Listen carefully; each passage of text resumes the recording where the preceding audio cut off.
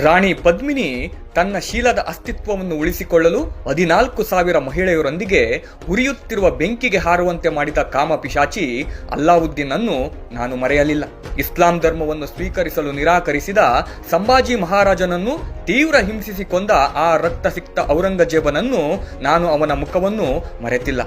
ಒಂದೊಂದು ದಿನದಲ್ಲಿ ಲಕ್ಷಗಟ್ಟಲೆ ಹಿಂದೂಗಳ ಕಗ್ಗೊಲೆ ಮಾಡಿದ ಜಿಹಾದಿ ಟಿಪ್ಪು ಸುಲ್ತಾನನನ್ನು ನಾನು ಮರೆತಿಲ್ಲ.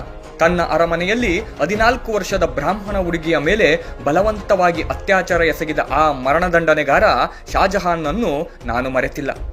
ನನ್ನ ಶ್ರೀರಾಮ ಪ್ರಭುವಿನ ಮಂದಿರವನ್ನು ಒಡೆದು ಲಕ್ಷಾಂತರ ಅಮಾಯಕ ಹಿಂದೂಗಳನ್ನು ಕೊಂದ ಆ ಬರ್ಬರ ಬಾಬರನನ್ನು ನಾನು ಮರೆತಿಲ್ಲ. ನಾಗರಕೋಟದ ಜ್ವಾಲಾಮುಖಿ ದೇವಸ್ಥಾನದ ದುರ್ಗಾಮಾತೆಯ ವಿಗ್ರಹವನ್ನು ಕತ್ತರಿಸಿ ಮಾಂಸವನ್ನು ತೂಗಲು ಕಟುಕರಿಗೆ ಕೊಟ್ಟ ದೆವ್ವ ಸಿಕಂದರ್ ಲೋಧಿಯನ್ನು ನಾನು ಮರೆಯಲಿಲ್ಲ. ಇಸ್ಲಾಂ ಧರ್ಮವನ್ನು ಸ್ವೀಕರಿಸಲಿಲ್ಲ ಎಂದು ಮೊಘಲ್ ಸೈನಿಕರ ಮುಂದೆ ಸಂಯೋಗಿತಾಳನ್ನು ಬೆತ್ತಲೆಯಾಗಿ ಎಸೆದ ಕುತಂತ್ರಿ ಖ್ವಾಜಾ ಮೊಯಿನುದ್ದೀನ್ ಅನ್ನು ನಾನು ಮರೆತಿಲ್ಲ.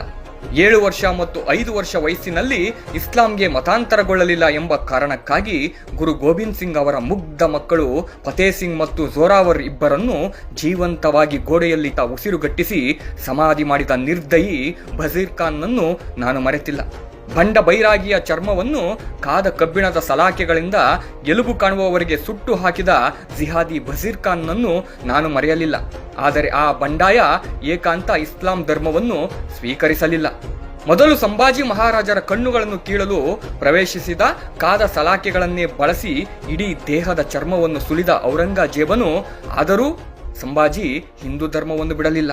ಇಸ್ಲಾಂಗೆ ಮತಾಂತರವಾಗಲಿಲ್ಲ ಎಂಬ ಕಾರಣಕ್ಕೆ ಹೇಮುವಿನ 72 ವರ್ಷದ ಸ್ವಾಭಿಮಾನಿ ವೃದ್ಧ ತಂದೆಯ ಶಿರಚ್ಛೇದ ಮಾಡಿದ ಆ ನೀಚ ಅಕ್ಬರನನ್ನು ನಾನು ಮರೆತಿಲ್ಲ.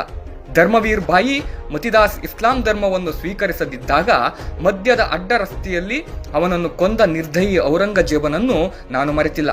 ಹಿಂದೂಗಳಾದ ನಮ್ಮ ಮೇಲಿನ ದೌರ್ಜನ್ಯವನ್ನು ವಿವರಿಸಲು ಪದಗಳು ಮತ್ತು ಪುಟಗಳು ಚಿಕ್ಕದಾಗಿದೆ. ಈ ಪೋಸ್ಟ್ ಅನ್ನು ಓದುವುದರಿಂದ ನಿಮ್ಮ ರಕ್ತವು ನನ್ನಂತೆಯೇ ಕುದಿಯುತ್ತಿದ್ದರೆ ನಂತರ ಈ ಪೋಸ್ಟ್ ಅನ್ನು ನಿಮ್ಮ ಸ್ನೇಹಿತರೊಂದಿಗೆ ಹಂಚಿಕೊಳ್ಳಿ. ಜೈ ಶ್ರೀರಾಮ್.